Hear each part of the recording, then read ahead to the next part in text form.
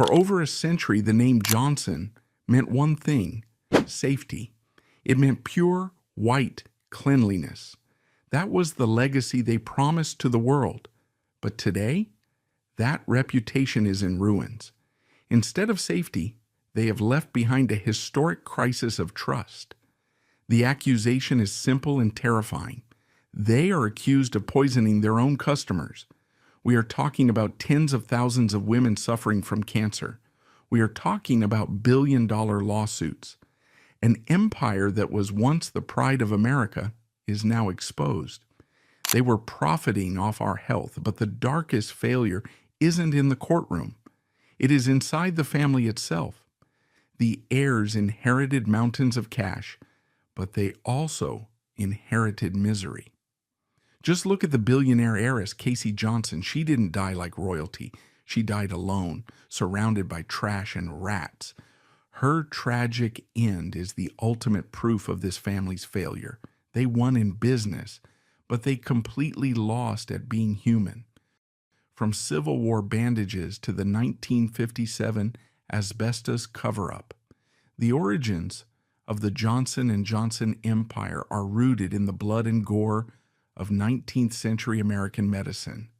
Before the company became a household name synonymous with gentle baby care, it was forged in the brutal reality of the post-Civil War era, a time when surgery was often a death sentence. The patriarchs of the dynasty, three brothers named Robert Wood Johnson I, James Wood Johnson, and Edward Meade Johnson, were not born into wealth. They were the sons of a Pennsylvania farmer, pragmatists who looked at the medical landscape of the 1880s and saw a terrifying problem: infection. In the 1870s and 80s, doctors operated in frock coats, stiff with the dried blood of previous patients. They used unsterilized instruments and bandaged wounds with scrap cotton swept from the floors of textile mills. The mortality rate for surgical patients was staggering, often exceeding 50%, not from the surgery itself, but from the sepsis that inevitably followed. The intellectual spark for the Johnson Empire came from a British surgeon named Joseph Lister. Lister had proposed a radical theory that invisible germs caused infection and that sterile environments could save lives. While the American medical establishment was slow to accept this germ theory, Robert Wood Johnson I, the eldest and most ambitious of the brothers, was a believer. He attended a lecture by Lister in 1876 and had a revelation. If Lister was right, the world didn't just need better doctors, it needed better products. It needed sterile dressings. In 1886, the three brothers pooled their resources and rented a small former wallpaper factory in New Brunswick, New Jersey. They had 14 employees and a singular mission: to mass produce the world's first sterile surgical dressings. Their timing was perfect. As the medical community slowly embraced antisepsis, Johnson & Johnson was the only company ready to supply the demand. They produced sterile cotton, gauze, and sutures sealed in germ-proof packaging. They published manuals on how to perform sterile surgery, effectively teaching American doctors how to wash their hands. By 1890, they were no longer a small startup. They were the standard bearers of modern American medicine. But the product that would define their legacy and their liability was discovered almost by accident. In the early 1890s, customers began complaining that the company's medicated plasters, sticky patches used for pain relief, were causing skin irritation. The company's scientific director, Fred Kilmer, investigated and found that the irritation was caused by the adhesive. He suggested sending patients a small tin of Italian talc to soothe the skin. The talc worked. It worked so well that customers began asking to buy the powder separately. Mothers discovered it was miraculous for treating diaper rash on infants. In 1894, the company launched Johnson's baby powder. They packaged it in a distinctive tin, later plastic bottle, and marketed it with the slogan, "Best for baby, best for you. It was a marketing masterstroke. The scent of the powder, a clean floral musk, became the olfactory imprint of childhood for generations of Americans. It wasn't just a product, it was a symbol of maternal love and hygiene. It transformed Johnson & Johnson from a medical supply company into a consumer goods giant. However, the geology of talc contained a deadly secret. Talc is a soft mineral mined from the earth. In the ground, talc deposits are often found naturally intertwined with veins of another mineral, asbestos. Asbestos is a potent carcinogen. When inhaled or applied to the body, its microscopic fibers can embed themselves in the lungs, causing mesothelioma, or travel to the reproductive organs, causing ovarian cancer. For the first half of the 20th century, this risk was largely unknown or ignored. The Johnson brothers built their fortune on the assumption that their pure white powder was harmless. The company expanded rapidly. Robert Wood Johnson. I died in 1910, leaving the company to his brother James and eventually to his son, Robert Wood Johnson II, known as the General. The General was a complex figure, a dynamic leader who served in World War II and championed corporate responsibility. He wrote a famous corporate credo in 1943, declaring that the company's first responsibility was to the mothers and fathers who use our products. He solidified the company's reputation as the most trusted brand in America. But in the 1950s, the first cracks in the purity narrative began to appear in the company's own laboratories. In 1957, a consulting laboratory hired by J&J tested samples of talc from their Italian supplier. The lab report, which would remain buried in corporate files for decades, contained a chilling finding. The talc contained fibrous and acicular particles. These were tremolite needles, a form of asbestos. This was the moment of moral choice. In 1957, the link between asbestos and cancer was not yet public knowledge, but the danger of asbestos to lung health was known in industrial circles. A company guided by the General's credo might have paused. They might have switched to cornstarch, a safe alternative. They might have warned the public. Johnson & Johnson did none of those things. Internal memos from this period reveal a company obsessed with protecting its golden egg. Baby powder was a high-margin product that acted as a gateway for brand loyalty. If mothers trusted the powder, they bought the lotion, the shampoo, and the bandages. To admit that the powder was contaminated would be to destroy the trust that was the company's most valuable asset. So, they chose silence. Throughout the 1960s, as the company expanded into a global pharmaceutical empire, buying Janssen Pharmaceutica in 1961 and developing new drugs like Haldol, the secret of the talc remained locked in the files in New Brunswick. The executives convinced themselves that the amounts of asbestos were trace or negligible. They developed testing methods that were deliberately insensitive, designed not to find the fibers. In 1969, the threat became external. A doctor named J.J. Cheville published a paper suggesting that talc could be contaminated. J&J's medical director wrote a private memo to senior management. There is no denying that there are situations where asbestos can be demonstrated. But publicly, the company denied everything. By the end of 1970, Johnson & Johnson was a fortress of contradictions. It was the company of the General, famous for its ethics and its sterile bandages. It was the company that saved lives with its surgical supplies. But it was also a company sitting on a toxic time bomb. The baby powder that was being dusted onto millions of infants every day was, according to their own secret data, tainted. While the executives managed this secret, the Johnson family itself was beginning to fracture. The vast wealth generated by the company, hundreds of millions of dollars in dividends, was flowing to a generation of heirs who had never worked in the factory, never mixed a batch of talc, and never known struggle.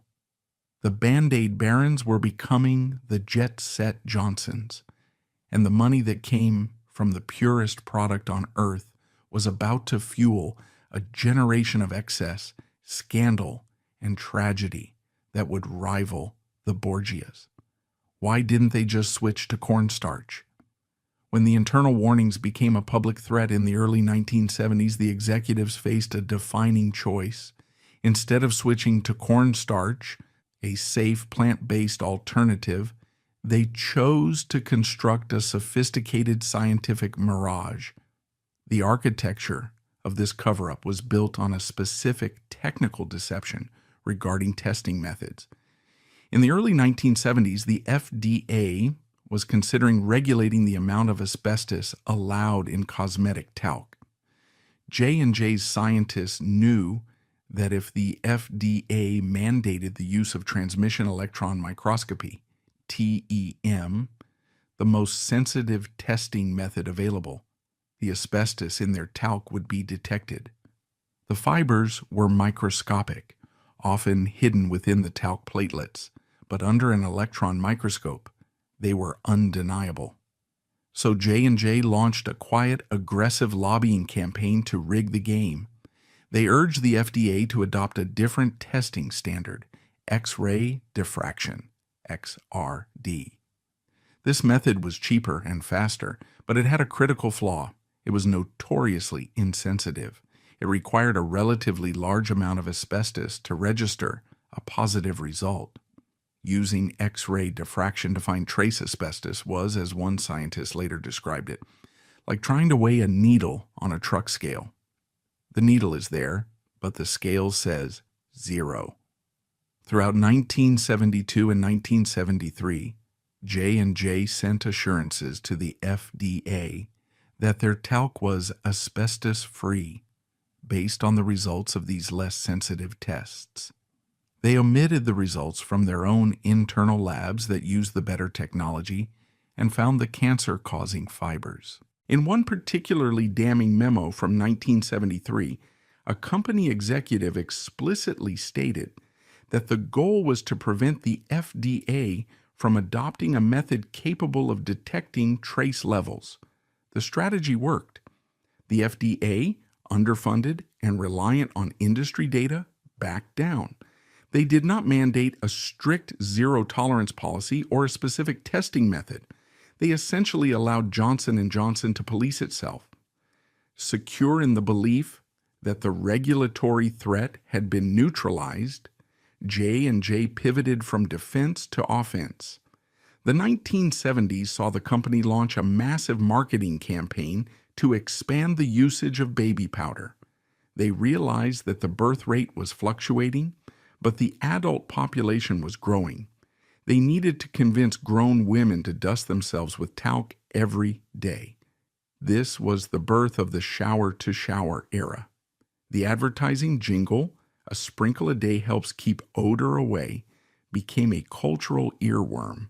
The marketing explicitly targeted women, encouraging them to use the powder on their inner thighs and genital area for freshness. This marketing strategy was a triumph of salesmanship, driving millions of units off the shelves. But biologically, it was a catastrophe. By encouraging women to apply talc to the perineal area, J&J was creating a direct delivery system for asbestos to enter the reproductive tract. They were building a highway for carcinogens to travel from the bathroom counter to the ovaries. While the consumer division was dusting America with toxic powder, the company faced a sudden external shock that would test its ability to manage a crisis in real time. On the morning of September 29, 1982, 7 people in the Chicago suburbs collapsed and died after taking extra-strength Tylenol. Police investigators quickly discovered that the capsules had been tampered with. Someone, a madman who was never caught, had opened the bottles on store shelves, removed the medicine, and replaced it with lethal doses of potassium cyanide. panic swept the nation. Tylenol was the best-selling painkiller in America. Johnson & Johnson faced a nightmare. Their flagship product was killing their customers. The stock price plummeted. Marketing experts predicted the brand was dead. But James Burke, the CEO of Johnson & Johnson, executed a response that would become a legend in business schools. He ordered an immediate total recall of every bottle of Tylenol in the United States, 31 million bottles, valued at over $100 million. He went on television, transparent and contrite. He introduced the world's first tamper-resistant packaging. The media hailed James Burke as a corporate saint. He was the embodiment of the company's credo, a man who put public safety above profit. Johnson & Johnson was crowned the most trusted company in America. But this canonization hit a grotesque irony. While James Burke was being celebrated for spending $100 million to save the public from an external poison, cyanide put there by a killer, the company was simultaneously spending millions to hide an internal poison, asbestos put there by nature, that was arguably far more dangerous. The Tylenol recall bought Johnson & Johnson a reservoir of public goodwill so deep that it effectively inoculated them against scrutiny for the next 30 years. Who would believe that the heroes of 1982 were secretly poisoning babies? The halo effect of the Tylenol response blinded regulators and consumers to the rot in the talc division. It was the perfect cover. The company used the capital of trust earned by the Tylenol recall to subsidize the golden lie of the baby powder. Secure in the titanium-plated reputation earned by the Tylenol recall, Johnson & Johnson spent the late 1980s aggressively pivoting its business model. The executives realized that while consumer goods like powder and bandages offered steady, reliable cash flow, they were low-growth commodities. To satisfy Wall Street's hunger for double-digit returns, the company needed to dominate the high-margin world of prescription pharmaceuticals. They wanted blockbusters, drugs that could generate $1 billion a year. They turned their attention to the lucrative and morally flexible field of psychiatry. In 1993, J&J's subsidiary, Janssen Pharmaceutica, launched a new antipsychotic drug called risperidone.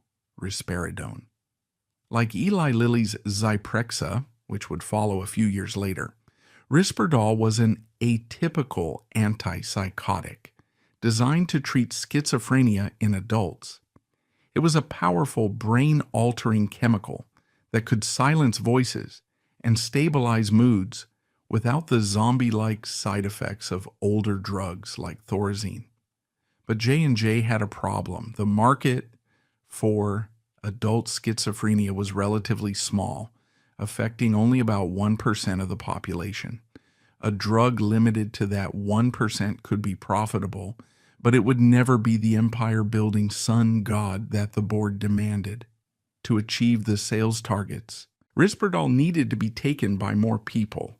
The executives looked at the demographics and identified two massive, vulnerable, and entirely unapproved populations: the elderly and children. This ambition birthed a marketing campaign that would rival the Viva Zyprexa scandal in its depravity. J&J created specialized sales teams dedicated to pushing risperidone for off-label uses. Off-label marketing, promoting a drug for a use not approved by the FDA, is strictly illegal. But the potential profits were so enormous that the company treated the law as a suggestion. They targeted nursing homes first. Sales reps were instructed to pitch risperidone to geriatricians, not as an antipsychotic, but as a solution for agitation in dementia patients. They sold it as a chemical restraint, a way to keep confused seniors quiet in their wheelchairs. This was done despite internal knowledge that the drug increased the risk of stroke and death in elderly patients. The company prioritized the convenience of nursing home staff over the lives of the residents. Simultaneously, and even more controversially, they targeted pediatricians. J&J wanted Risperdal to be the go-to drug for children with autism, ADHD, or conduct disorders. They envisioned a world where a child acting out in class or struggling with focus would be medicated with a powerful antipsychotic. But Risperdal had a side effect that was uniquely horrifying for young boys. The drug worked by blocking dopamine, which in turn caused the pituitary gland to release massive amounts of prolactin, the hormone that stimulates breast development and milk production in women. In young boys taking Risperdal, this hormonal surge caused a condition called gynecomastia. Male children began to grow female breasts, sometimes as large as a D cup. J&J knew about this risk. Clinical trials conducted in the early 90s had shown the spike in prolactin levels. But just as they had done with the asbestos in the talc, the company chose to bury the data. They scrubbed the warning labels. They instructed their sales reps to downplay the hormonal effects as statistically insignificant. They even allegedly manipulated the data tables in studies published in medical journals to hide the correlation. They prioritized the capture of the pediatric market over the physical and psychological development of the children they were medicating. Thousands of boys were left with permanent physical deformities and deep psychological scars, victims of a marketing plan designed to boost quarterly earnings. While the pharmaceutical division was creating a chemical generation of young boys with gynecomastia, the consumer division, the guardians of the sacred baby powder, was facing a quiet demographic crisis of its own. By the early 1990s, the internal sales data at Johnson & Johnson revealed a troubling trend. White women were stopping the use of baby powder. Health consciousness was rising, and although the asbestos link had been successfully suppressed from the mainstream news, vague rumors and a general shift toward cornstarch-based products were eroding the customer base in affluent white suburbs. The golden egg was tarnishing. Faced with declining sales for their highest margin product, the marketing executives in New Jersey did not accept the attrition. They redirected their target. In a move that would later be cited in courtrooms as evidence of racial malice, Johnson & Johnson launched a strategic pivot to market their talc aggressively and specifically to Black and Hispanic women. Internal memos from 1992 and 1994, later unearthed during litigation, were explicit. They identified ethnic markets as the growth opportunity for the brand. The company poured millions into advertising campaigns focused on African American magazines like Ebony and Essence, and distributed samples in Black churches and beauty salons in cities like Chicago, New Orleans, and Memphis. The messaging was subtle but powerful. It linked the use of baby powder not just to hygiene, but to freshness and personal dignity.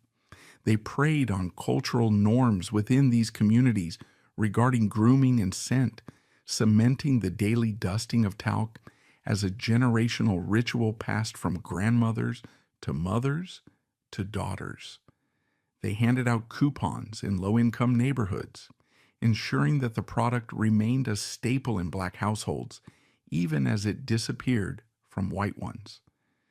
This racial targeting was wildly successful. Sales in these demographics soared, propping up the brand's profitability even as other segments declined, but it also concentrated the risk.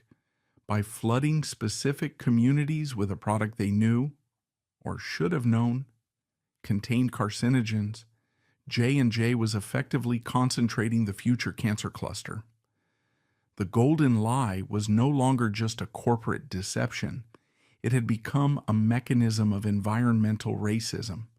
The women who trusted the brand the most, who used the powder most heavily and most intimately were the ones who would eventually pay the highest price. Simultaneously, as the consumer division was racially profiling its customer base to shore up talc sales, the corporate hunger for blockbuster growth drove the company into a disaster in its gastrointestinal division. In 1993, Johnson & Johnson launched Propulsid, Cisapride, a drug designed to treat severe nocturnal heartburn. Propulsid was marketed not merely as a medicine, but as a lifestyle miracle, a pill that allowed patients to eat pizza or drink wine before bed without consequence. It was the pharmaceutical answer to gluttony. Sales exploded, reaching nearly $1 billion annually. It became a staple prescription for millions of Americans, including, controversially, infants with acid reflux. But Propulsid had a terrifying flaw hidden in its chemistry. It messed with the electrical rhythm of the heart. It caused long QT syndrome, a condition that could lead to sudden fatal cardiac arrhythmias. Reports began to filter into the FDA of healthy people, including children, dropping dead from cardiac arrest after taking the drug. J&J's response followed the now familiar playbook of the golden lie. They resisted a recall. They blamed the patients for having pre-existing conditions or for taking the drug with other medications, contraindications. They fought the FDA on black box warning labels, arguing that the risk was minimal. It wasn't until 2000, after 80 confirmed deaths and likely hundreds more unconfirmed, that the FDA finally forced the drug off the market. J&J eventually paid $90 million to settle the lawsuits, a pittance compared to the billions in revenue the drug had generated during its 7 years on the market. The Propulsid saga reinforced the lesson that had been learned with asbestos. Delay is profitable. Every day a dangerous product stays on the shelf is a day of revenue that can never be clawed back. The company had effectively calculated the cost of human life against the quarterly earnings report and decided the trade-off was acceptable. In the final years of the millennium, seeking to diversify away from the volatility of pharmaceuticals, J&J made a massive play in the world of medical devices. In 1998, they acquired Dupuis, a manufacturer of orthopedic implants, for $3.5 billion. It was a strategic masterstroke, making J&J a titan in the business of hip and knee replacements for an aging baby boomer population. But the culture of profits over safety infected this new division immediately. Dupuis rushed to market a new type of hip implant, the ASRXL acetabular system. It was a metal-on-metal design intended to be more durable for younger, active patients. It was a catastrophe of engineering. The metal ball ground against the metal cup, releasing toxic cobalt and chromium ions into the patient's bloodstreams and surrounding tissues. This metallosis caused tissue necrosis, bone dissolution, and excruciating pain. The implants failed at horrific rates, leaving thousands of people crippled and requiring brutal revision surgeries to hammer out the defective hardware. Internal documents would later show that Dupuis executives knew the design was flawed. They had seen data indicating high failure rates in clinical testing, but modeled the failure cost, lawsuits, against the profit margin, market share, and decided to proceed.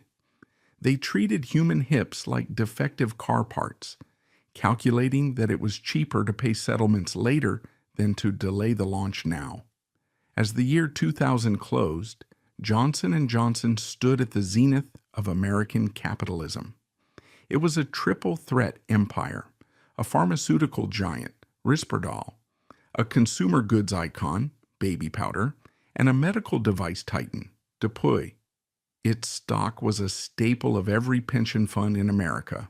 Its CEO was a regular at the White House.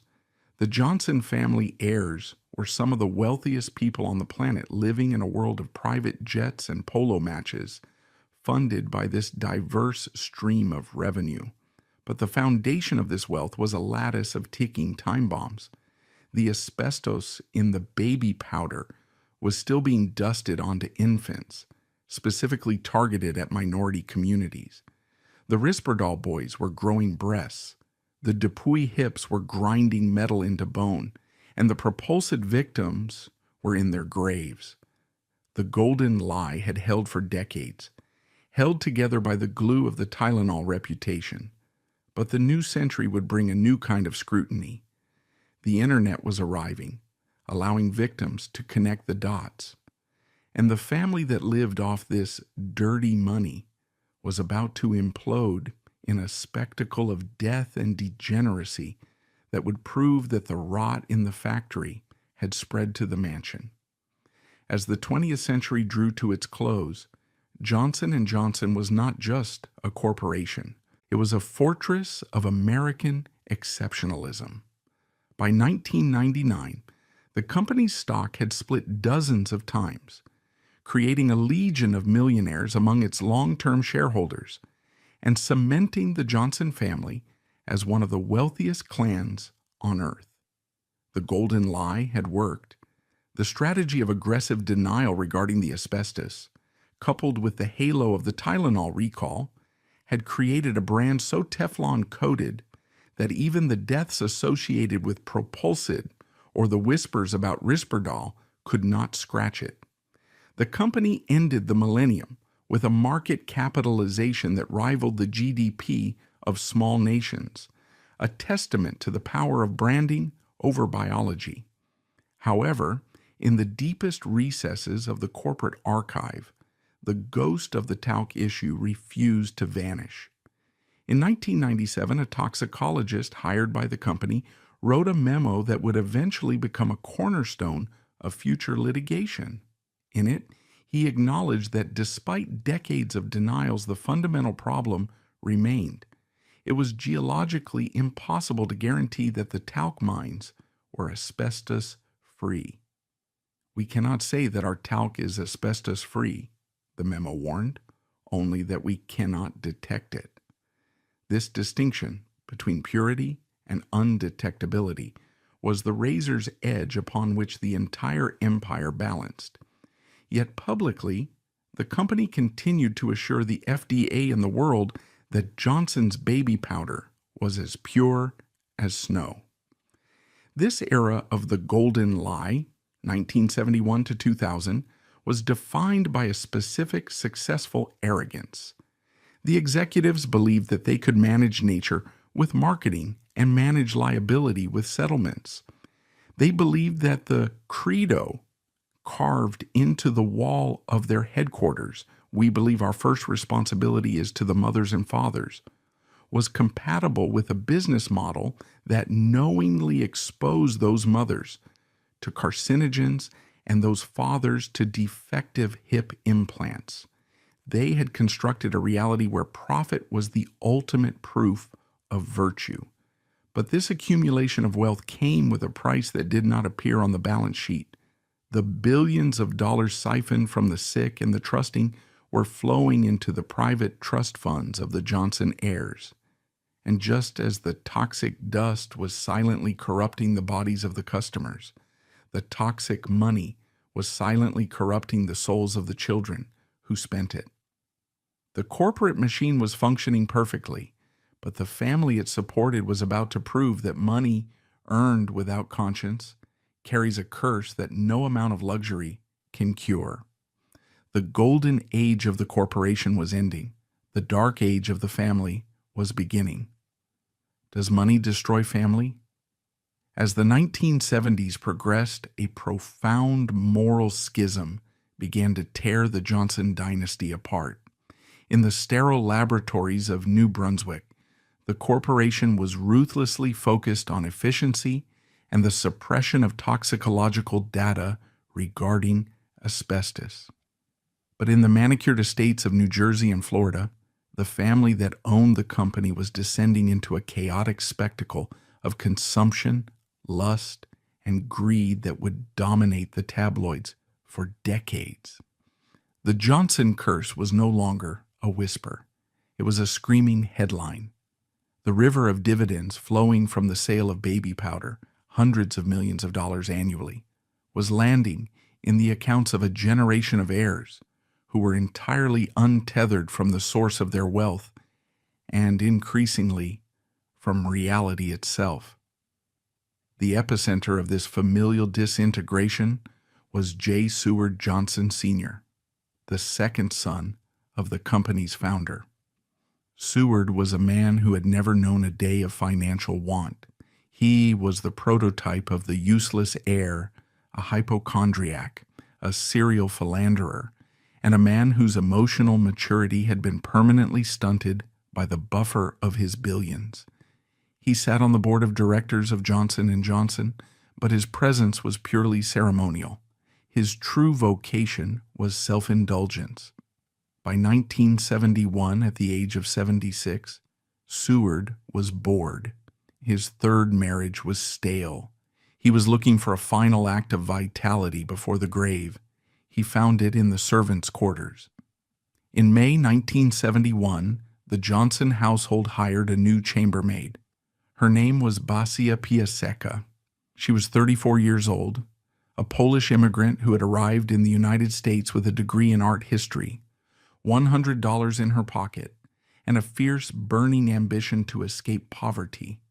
She spoke little English, but she possessed a volatile, fiery temperament that captivated the aging, senile patriarch. She was everything his wasp family was not, alive, angry, and hungry. Within months, the maid had become the mistress, and in 1971, Seward Johnson detonated a nuclear bomb within the American Social Register. He announced he was divorcing his wife of 32 years, Esther, to marry Basia. The scandal was absolute. To the Johnson children, Seward Jr., Mary Lee, Elaine, Jennifer, James, and Joyce, this was not a romance. It was a hostile takeover. They viewed Basia as a caricature of the predatory gold digger, a woman who had used her youth and cunning to enchant a confused old man suffering from early dementia. They watched in horror as she moved from scrubbing the floors to ordering the staff, instantly transforming from the help into the matriarch of one of the world's largest fortunes. Following the marriage, Seward and Basia embarked on a spending spree that was grotesque, even by the standards of the billionaire class. They decided that their love required a monument. They purchased 140 acres of prime land in Princeton, New Jersey, and began the construction of Jasna Polana, Polish for bright glade. This was not a house, it was a palace designed to humiliate their neighbors with its opulence. The construction costs ballooned to $25 million, equivalent to over $100 million today. It was the most expensive private home in America at the time. The details of the estate became the stuff of legend and ridicule. Basia ordered the installation of an air-conditioned doghouse for her mastiffs, complete with a kitchenette for a chef to prepare their meals. She built a heated glass wing specifically for her orchid collection. The bathrooms were clad in marble imported from the same quarries used by Michelangelo, but the true excess was on the walls. Basia, utilizing her art history background and Seward's bottomless checkbook, began to raid the auction houses of Europe. They spent tens of millions of dollars acquiring old masters, Raphael, Botticelli, Rembrandt. They were buying culture by the pound, trying to purchase the aristocratic legitimacy that the maid and the old man lacked. The contrast between the source of the money and its expenditure was sickening. In the factories of New Brunswick, Johnson & Johnson managers were suppressing data about carcinogens in baby powder to save pennies on production costs. In Princeton, the owner of those factories was spending that blood money to buy gold-plated faucets. As the estate rose, the family fell apart. Basia, now firmly in control of Seward's life, began to systematically isolate him from his children. She intercepted their phone calls. She screened their letters. She fed Seward a steady diet of paranoia, convincing him that his own flesh and blood were merely greedy vultures waiting for him to die. The tragedy was that she wasn't entirely wrong. The Johnson children were a troubled, dysfunctional brood, each damaged in their own way by the curse of the money. Mary Lee Johnson, the eldest daughter, was the most tragic figure. She had been haunted for years by a dark family secret, allegations of sexual abuse by her grandfather, the founder, that had shattered her psyche. She had been disinherited once before for marrying the wrong man and lived in constant fear of her father's whims. Seward Jr., the namesake, was a lost soul who tried to escape the pressure by becoming a sculptor, but found himself trapped in a cycle of financial dependency and failed business ventures. Jennifer Johnson, a photographer, struggled with addiction and depression. They were a generation of trust fund babies who had been given everything except love and purpose. They relied on the quarterly dividend checks from Johnson & Johnson to fund their lifestyles, and now they watched as those dividends were diverted to buy Basia's jewelry and fund the construction of the Princeton Palace. The tension reached a breaking point in the early 1980s. J. Seward Johnson Sr. was dying. He was riddled with cancer, his mind foggy with pain and medication. He was entirely dependent on Basia for his physical care. It was in this state of extreme vulnerability that the final betrayal was engineered.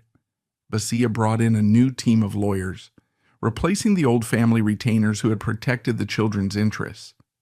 In a series of meetings at Jasna Polana, while Seward lay in his sick bed, the lawyers drafted a new last will and testament. The terms of this new will were a declaration of war.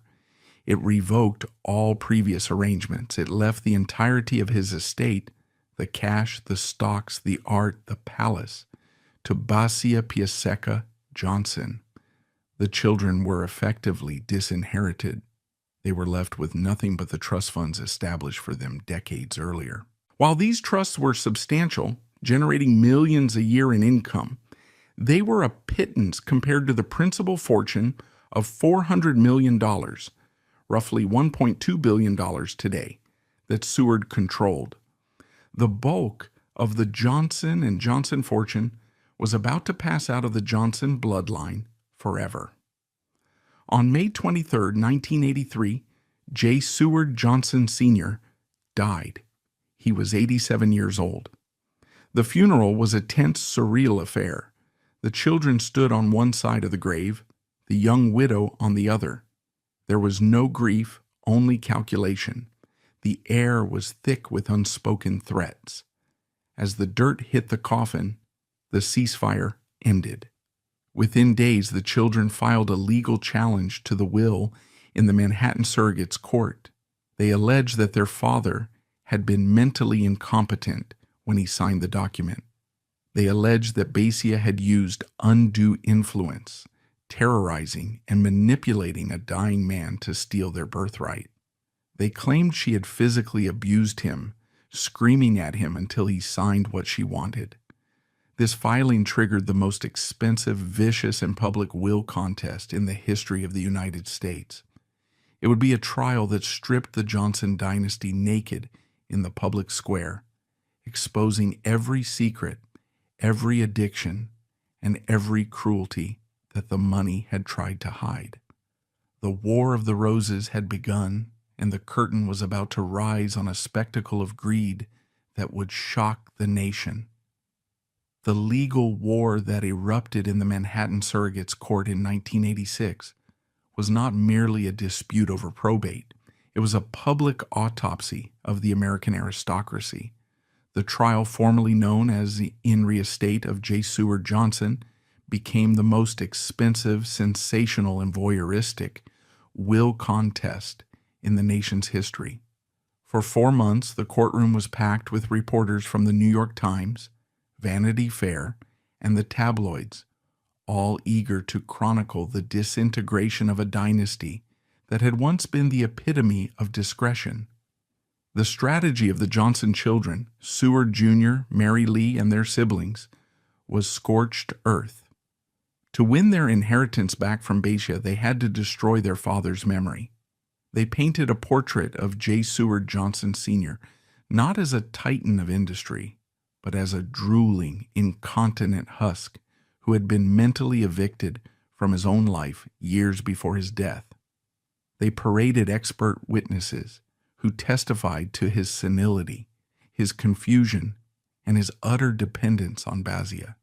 They argued that the last will was not an expression of his wishes, but a document of his terror, signed by a man who was afraid his nursewife would abandon him to die alone if he refused.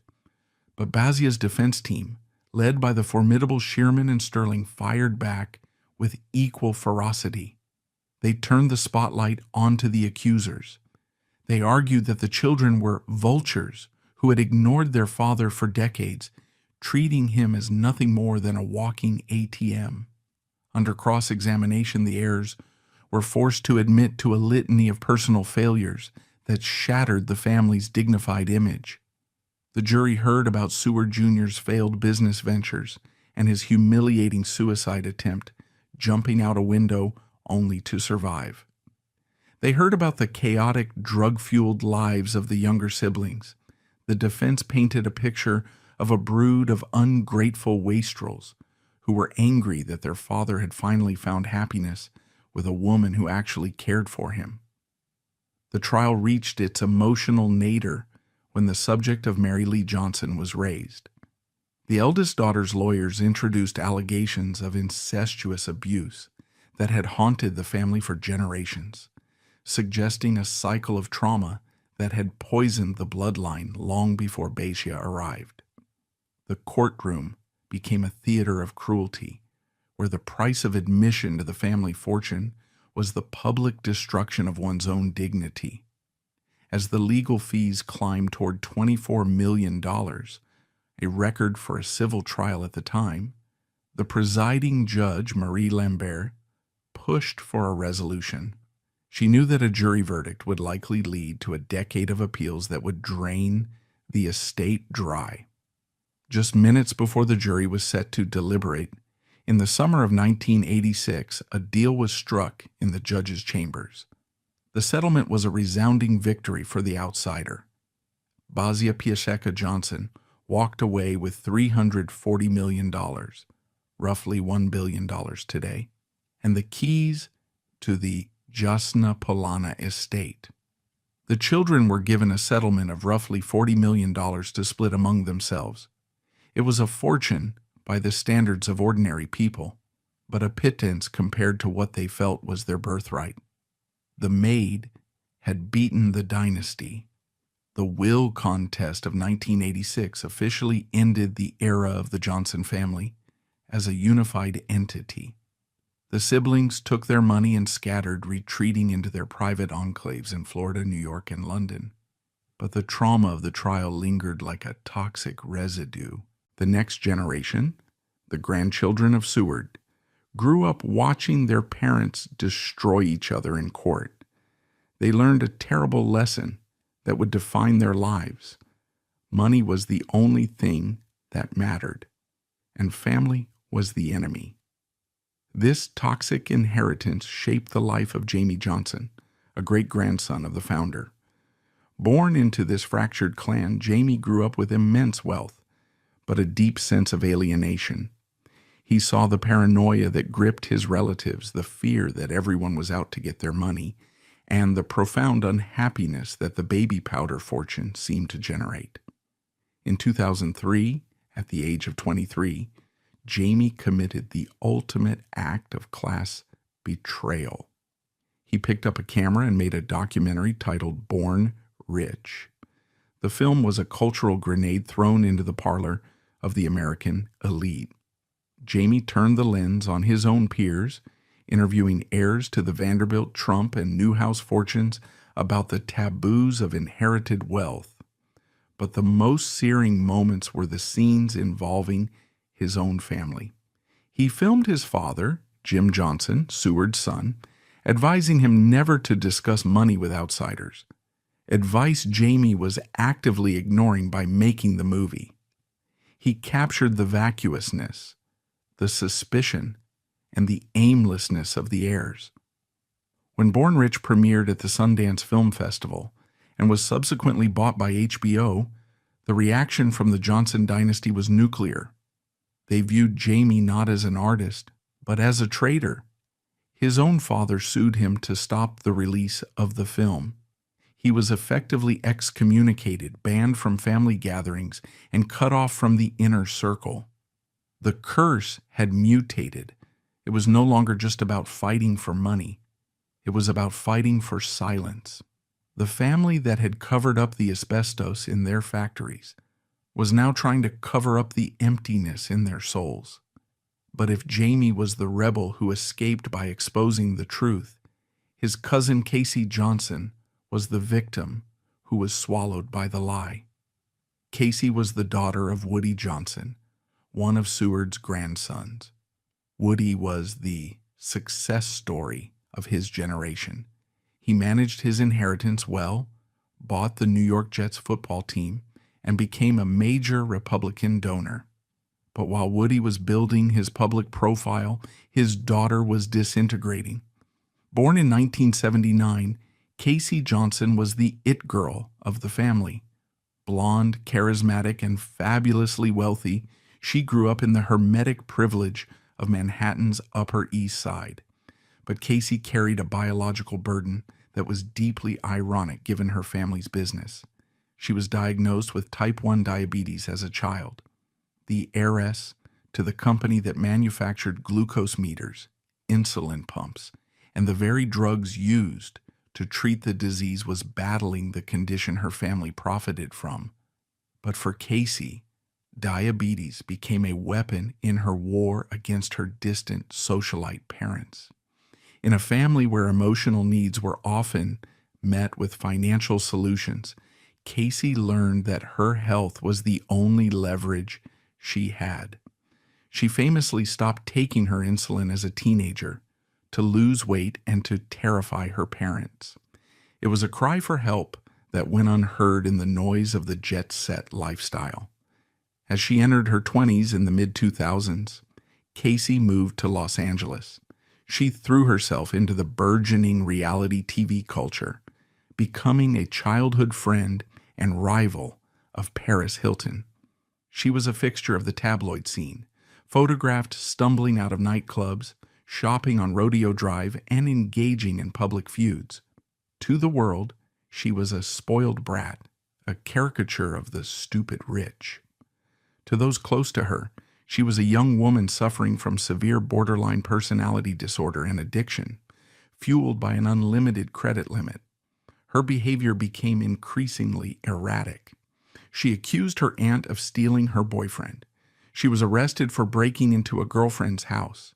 She adopted a child from Kazakhstan, a little girl named Ava, but struggled to care for her, passing the child off to nannies while she partied. Her family, specifically her father Woody, tried the only intervention they knew: financial coercion. In 2008, Woody Johnson reportedly cut Casey off.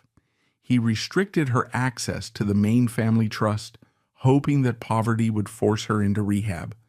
It was a tough love strategy applied to a person who had no survival skills. Cut off from her support system and spiraling into addiction, Casey did not get sober. She retreated. She rented a mansion on Mulholland Drive in Los Angeles, a house that looked magnificent from the street but was rotting from within. By 2009, Casey Johnson was living in a squalor that defied belief. The electricity had been cut off because she hadn't paid the bills. The pool had turned into a green, stagnant swamp. The kitchen was infested with rats. She was living like a squatter in a palace, surrounded by unwashed designer clothes and empty takeout boxes. In a final desperate bid for attention and love, Casey announced her engagement to Tila Tequila, a reality TV star known for her unstable behavior. The relationship was a media circus, mocking the dignity the Johnson family tried so hard to project. The family stopped taking her calls. They washed their hands of her. The stage was set for the final tragedy.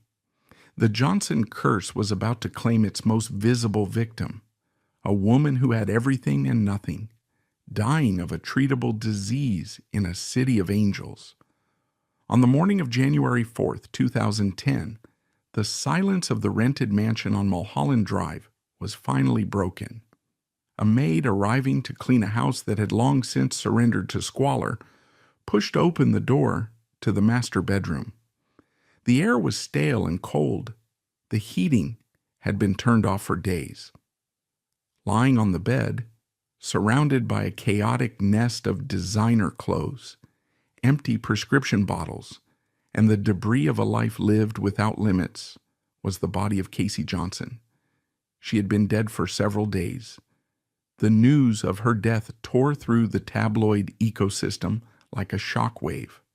The world had watched Casey's decline in real time, treating her spiraling behavior, the feuds, the arrests, the engagement to Tila Tequila, as entertainment.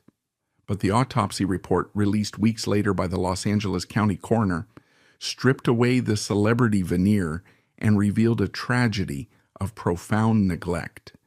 Casey Johnson had died of diabetic ketoacidosis, DKA. This medical finding was a devastating irony that seemed scripted by a cruel novelist. The Johnson dynasty had built a significant portion of its fortune on the medical-industrial complex. Johnson & Johnson's subsidiary, LifeScan, was a global leader in diabetes management, manufacturing the very blood glucose meters and monitoring systems that were designed to prevent exactly this kind of death. Casey Johnson, the heiress to this empire, had access to the best doctors, the best technology, and the best drugs money could buy. Yet, she had died the same death as a person living in extreme poverty. The coroner's report suggested that Casey had simply stopped taking her insulin. In the chaotic final weeks of her life, cut off from her family and consumed by her mental health struggles, she had lost the will to perform the basic biological maintenance required to stay alive. Her death was not a suicide in the traditional sense, but a passive surrender. It was the ultimate manifestation of the Johnson curse. The wealth that should have protected her had instead insulated her from reality until it was too late. The money had allowed her to live in a bubble where she believed the rules of biology did not apply to her, just as her ancestors believed the rules of toxicology did not apply to their baby powder. The reaction of the Johnson family was swift and hermetic. Woody Johnson, her father, issued a brief, pained statement asking for privacy. The funeral was a closed affair, a stark contrast to the public spectacle of Casey's life. The clan closed ranks. There was no public reckoning, no discussion of the mental health and addiction issues that had plagued the heirs for generations. The tragedy was buried, just as the asbestos data had been buried. Casey's death in 2010 marked the grim conclusion of the War of the Roses era.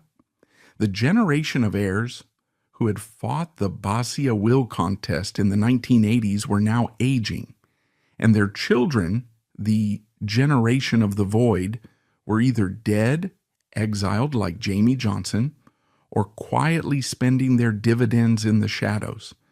The family had survived the scandals of the bedroom and the courtroom, but they were morally hollowed out. They were a collection of billionaires who had everything but each other. As the earth settled over Casey Johnson's grave, a new and far more dangerous chapter was beginning for the source of their wealth. The year 2010 was not just the end of the heiress, it was the beginning of the corporate killer. While the family was mourning in private, the lawyers for thousands of women dying of ovarian cancer were quietly assembling the evidence that would prove the Johnson fortune was built on a poisoned foundation.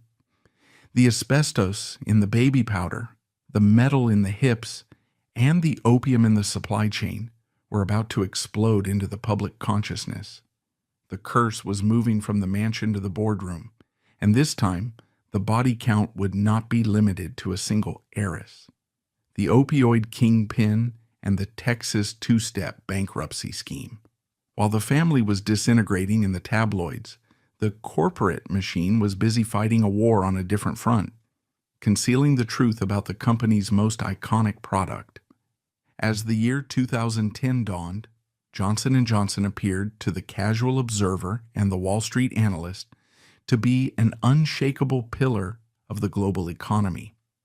It was one of only 3 companies in the United States with a AAA credit rating, a status it shared with Microsoft and ExxonMobil. Its stock was the bedrock of retirement portfolios, and its reputation, burnished by the Tylenol recall and decades of baby powder nostalgia, was pristine. But beneath this titanium veneer, the golden lie that had sustained the company for 40 years was beginning to disintegrate. The silence regarding the asbestos in the talc, purchased with lobbying and rigged testing protocols in the 1970s, was about to be broken not by a federal regulator, but by a 49-year-old physician's assistant from Sioux Falls, South Dakota, named Dean Berg. Dean Berg was the patient zero of the legal catastrophe that would eventually engulf the dynasty. In 2006, she was diagnosed with advanced ovarian cancer. Like millions of women of her generation, she had used Johnson's baby powder and shower to shower daily for decades, dusting her perineum every morning as part of a hygiene ritual she had learned from her mother. When her doctors suggested a potential link between talc use and ovarian cancer, Berg was stunned. She had always assumed the white powder was harmless. She filed a lawsuit in federal court. It was a lonely, quixotic battle. J&J's legal team, a phalanx of high-priced litigators from New York, descended on South Dakota. They offered her a settlement, reportedly $1.3 million, but with a catch. She had to sign a confidentiality agreement. She had to stay silent. In a moment of moral clarity that would eventually cost the company billions, Dean Berg refused the money. She told her lawyers she didn't want a payoff. She wanted a verdict. The trial, held in 2013, was the first time a jury heard the internal secrets of the Johnson & Johnson archives. Berg's lawyers presented the 1997 memo from the company toxicologist admitting that asbestos could not be proven absent. They showed the marketing plans targeting women for intimate use. The jury returned a verdict that was a legal oddity but a moral earthquake. They found Johnson & Johnson guilty of negligence for failing to warn consumers about the cancer risk, but they awarded Berg $0 in damages. J&J publicly declared victory, spinning the zero damages as proof that their product was safe. But privately, the legal department in New Brunswick was terrified. The jury had officially stamped the company as negligent. The negligence finding was blood in the water for the plaintiff's bar. Lawyers across America realized that the fortress could be breached. While the legal storm over talc was gathering strength in the Midwest, a second, even darker scandal was metastasizing in the background, one that linked the Band-Aid company to the deadliest drug crisis in American history, the opioid epidemic. Most Americans knew Johnson & Johnson for baby shampoo and Tylenol. Few knew that the company was also the hidden kingpin of the raw materials for the entire opioid industry. Through its subsidiaries, Noramco and Tasmanian Alkaloids, J&J was the leading global supplier of the narcotic raw materials, the high-potency opium poppies, used to manufacture oxycodone and hydrocodone. For decades, J&J had grown a special genetically modified strain of Norman poppies in Tasmania, Australia. These poppies were rich in thebaine, a critical precursor chemical needed to synthesize semi-synthetic opioids like OxyContin. J&J processed these poppies and sold the active ingredients to other companies, including Purdue Pharma. In effect, Johnson & Johnson was the arms dealer in the opioid war. They didn't just sell their own opioid products, like the Duragesic fentanyl patch and the Nucynta pill. They supplied the bullets for everyone else's guns. In 2015, as the opioid death toll mounted, the state of Oklahoma began to investigate the roots of the crisis. Attorney General Mike Hunter decided to look beyond the Purdue Pharma sales reps and examine the supply chain. He discovered that J&J wasn't just a passive supplier, they were an active evangelist for opioids. Hunter found evidence that J&J had funded front groups like the American Academy of Pain Management to push the narrative that pain was undertreated. He found marketing materials for the Duragesic patch that downplayed the risks of addiction. He realized that while the Sacklers were the face of the crisis, Johnson & Johnson was the engine. By 2016, the legal landscape for J&J had shifted from manageable risk to existential threat. The talc litigation had moved from the frozen plains of South Dakota to the humid courtrooms of St. Louis, Missouri. The laws in Missouri were favorable to plaintiffs, allowing lawyers to bundle dozens of cases together into mass torts. A new industry of litigation sprang up. Billboards appeared on highways asking, "Do you have ovarian cancer? Did you use baby powder?" The first major verdict in St. Louis landed with the force of a meteor in February 2016. The case involved the family of Jacqueline Fox, a black woman from Birmingham, Alabama, who had died of ovarian cancer at 62. Fox had used baby powder for 35 years. Her lawyers argued that J&J had specifically targeted African American women with its marketing while knowing the risks. They presented the racial profiling memos from the 1990s that detailed the strategy to target ethnic markets to shore up declining sales. The jury was enraged. They found J&J liable for fraud, negligence, and conspiracy. They awarded the Fox family $72 million, $10 million in actual damages, and $62 million in punitive damages. Inside the courtroom, the verdict was met with gasps. Inside the J&J headquarters, it was met with shock. The executives had convinced themselves of their own golden lie. They believed the science was on their side. They couldn't fathom that a jury would believe they were poisoning women. They vowed to appeal, dismissing the verdict as an aberration caused by a runaway jury. But 3 months later, in May 2016, another St. Louis jury heard the case of Gloria Ristasund. They awarded her $55 million. 5 months after that, in October 2016, a third jury awarded Deborah Giannichini $70 million. The pattern was undeniable. When regular Americans saw the internal documents, the memos discussing fibrous talc, the lobbying efforts to suppress the FDA, the marketing plans targeting minorities, they didn't see a responsible corporation. They saw a monster. They saw a company that had traded the lives of women for the profit margin on a bottle of powder. By 2017, the legal firewall that Johnson & Johnson had relied upon for decades was not just cracking, it was collapsing. The string of multi-million-dollar verdicts in St. Louis had alerted the plaintiffs' bar that the golden lie was vulnerable. Law firms across the country began to pour resources into finding victims. They ran television ads, set up hotlines, and combed through medical records. The number of lawsuits filed against the company exploded from a manageable few hundred to over 5,000, then 10,000. But the most devastating blow to the company's treasury and reputation arrived in July 2018 in a courtroom in St. Louis that became the scene of a historic reckoning. The case, Ingham versus Johnson & Johnson, involved 22 women who sued the company jointly. They were a tragic sorority.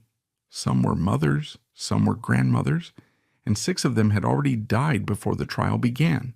Their depositions read into the record from beyond the grave. Their stories were hauntingly similar. Decades of trusting the white bottle, followed by the devastating diagnosis of ovarian cancer. The trial lasted 6 weeks. The jury saw the internal memos from the 1970s. They saw the company's efforts to influence the FDA. They heard experts testify that asbestos fibers had been found in the plaintiff's ovarian tissues. But what sealed the company's fate was the arrogance of its defense. J&J's lawyers continued to insist that the product was perfectly safe, dismissing the women's claims as junk science. The jury did not agree. After deliberating for less than a day, they returned a verdict that shook the global financial markets.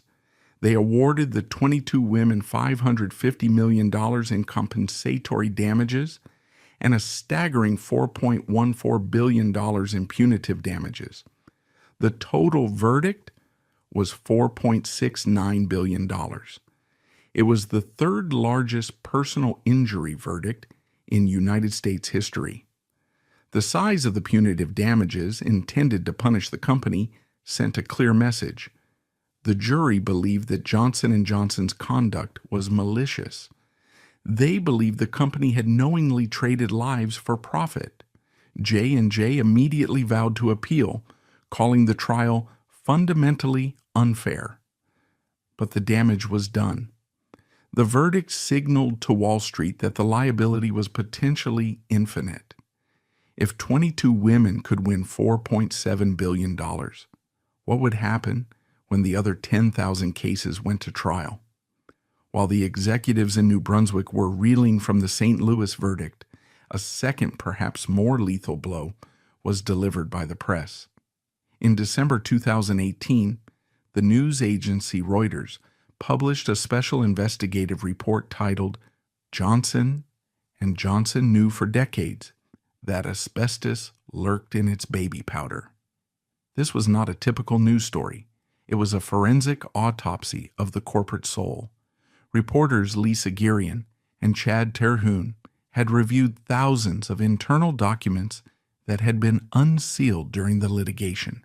They connected the dots that the company had spent 50 years trying to erase.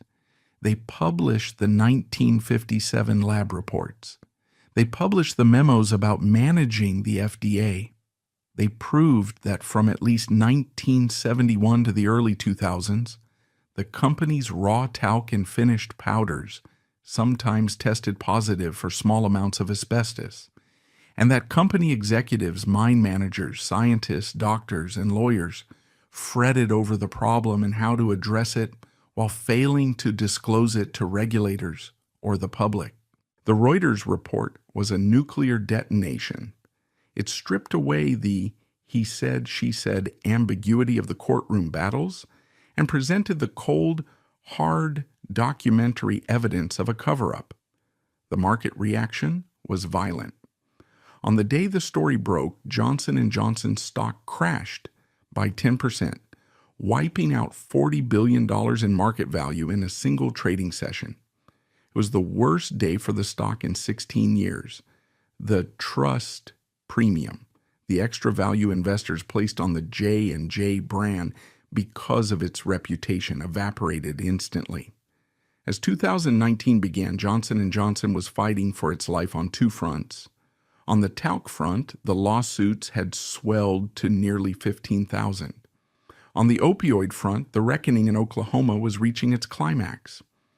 In August 2019, Judge Thad Balkman in Oklahoma delivered his verdict in the state's lawsuit against J&J regarding the opioid crisis.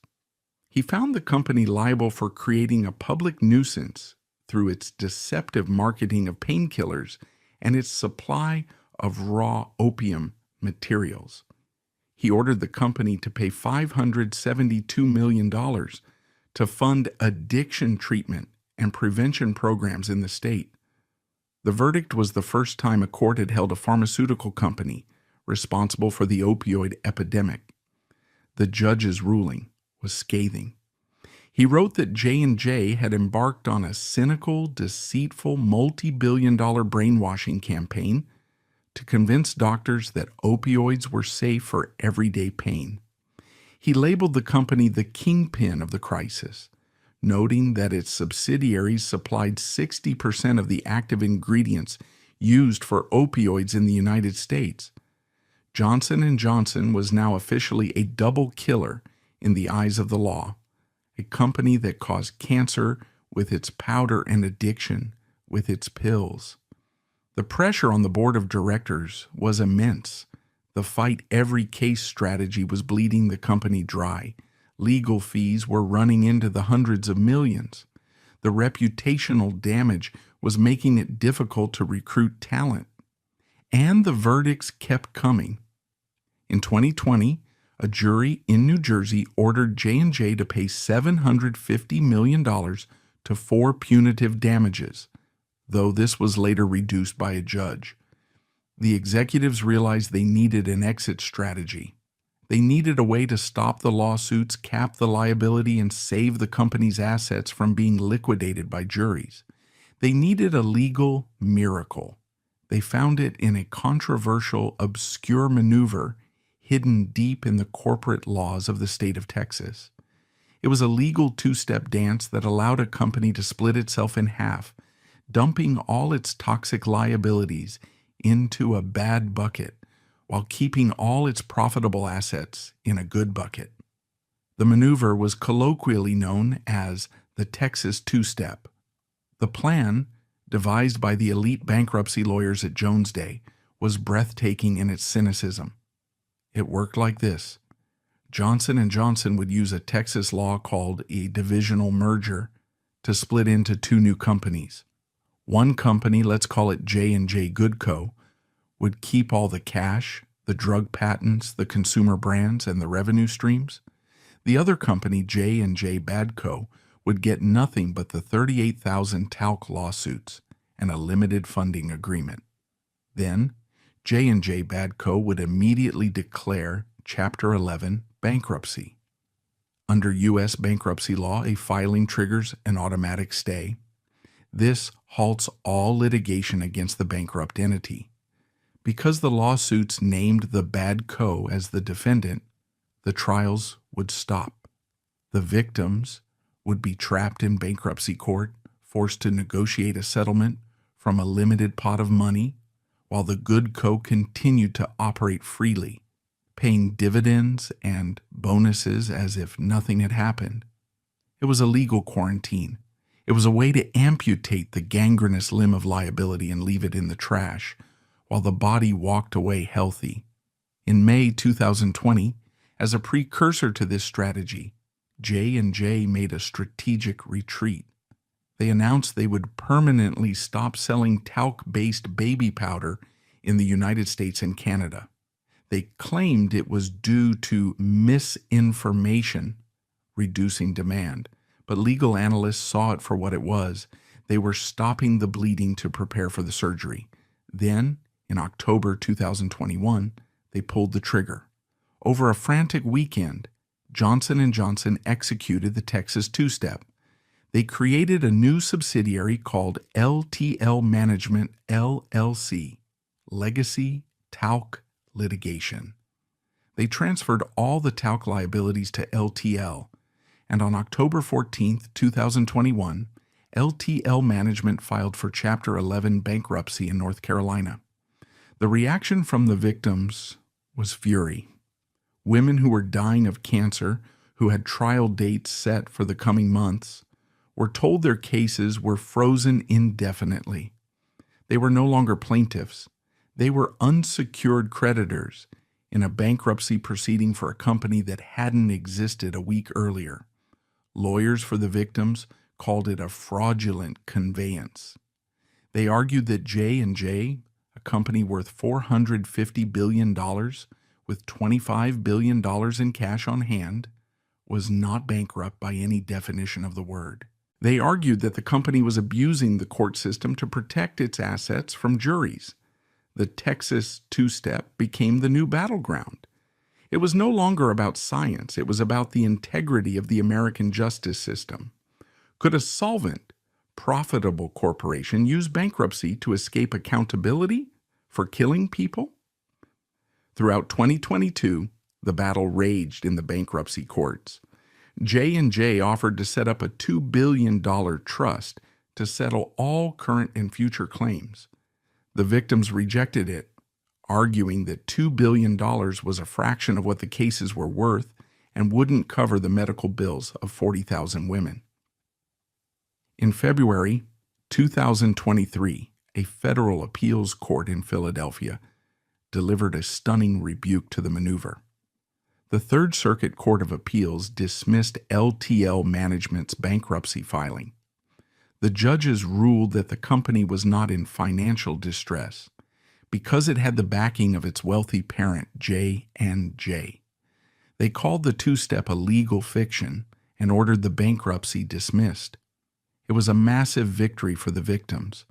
The automatic stay was lifted. The lawsuits could resume. But Johnson & Johnson was not done.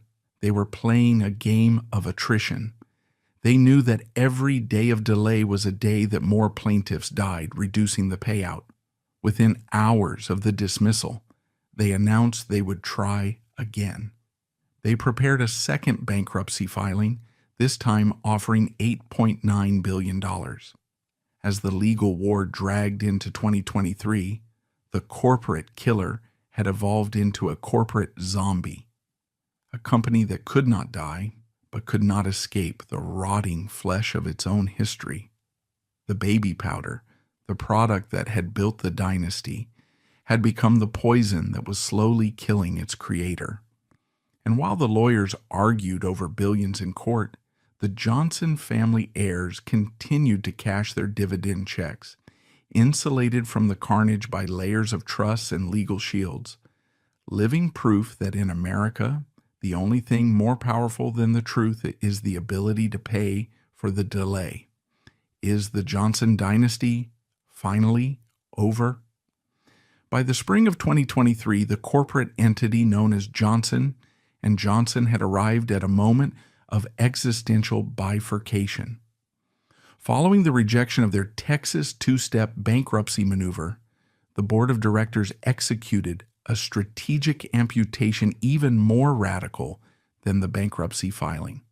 They decided to physically sever the toxic history of the company from its profitable future.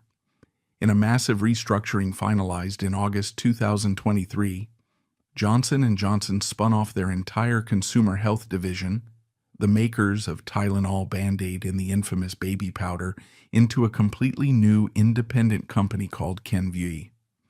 To the financial press, this was a value unlocking event.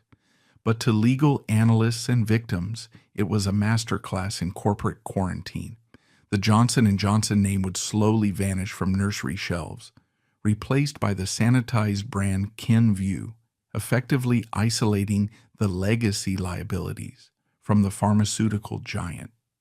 This erasure of history was made visual in September 2023 when the company announced a shocking aesthetic change. For over a century, the logo had been the distinctive cursive script based on the founder's signature. J&J killed the script, replacing it with a modern generic sans serif font. Semioticians saw this as a deliberate decapitation. By wiping the founder's signature off the building, the modern technocrats were signaling that the era of family obligation and the credo was officially over. While the marketing department erased the past, the legal department continued the war of attrition. After their second bankruptcy offer of $8.9 billion was dismissed by the courts in July 2023, the company pivoted again in May 2024, proposing a third settlement plan of $6.48 billion over 25 years. The logic was cold. exhaust the plaintiffs until they accept a lower payout, amounting to perhaps less than $100,000 per victim after fees. Throughout this corporate maneuvering, the silence from the Johnson family heirs has been deafening. Woody Johnson, owner of the New York Jets, spent 2023 and 2024 focused on football and politics, living a life of hyper-visible celebrity.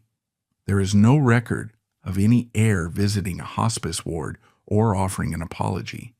They have treated the asbestos scandal not as a moral failing, but as a messy administrative detail to be handled by lawyers while they cash their dividends. As the middle of 2024 approached, Wall Street priced in the settlement and the stock recovered. The market decided that the cost of killing thousands of women was acceptable if amortized over 25 years. But the Johnson dynasty as a moral entity is dead. The family that built its name on the vulnerability of infants will be remembered for exploiting the vulnerability of mothers. In the end, the legacy of the Johnson & Johnson empire is a lesson in the terrifying durability of the golden lie. It proved that a corporation can hide a deadly secret for 50 years, profit from it, and eventually pay a fee to make it go away. The scent of baby powder has faded, replaced by the antiseptic smell of settlement agreements. The cursive script is gone. The family is silent. But the ghosts of the Band-Aid barons remain, trapped in the amber of their own greed. A permanent reminder that the most dangerous things in the world are often the ones that look the most innocent.